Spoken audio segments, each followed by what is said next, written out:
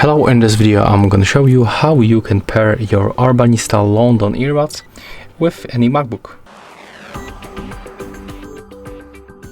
So to do this you have to first input both earbuds inside the case, charge them for like 20 minutes with this USB-C port, and also disconnect them from any previously connected devices.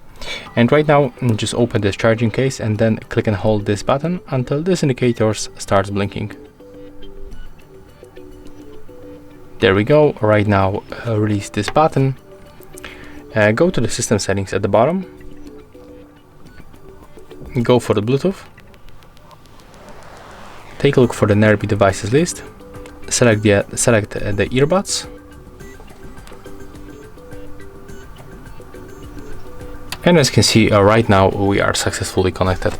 And that's all for this video. Hope you like it.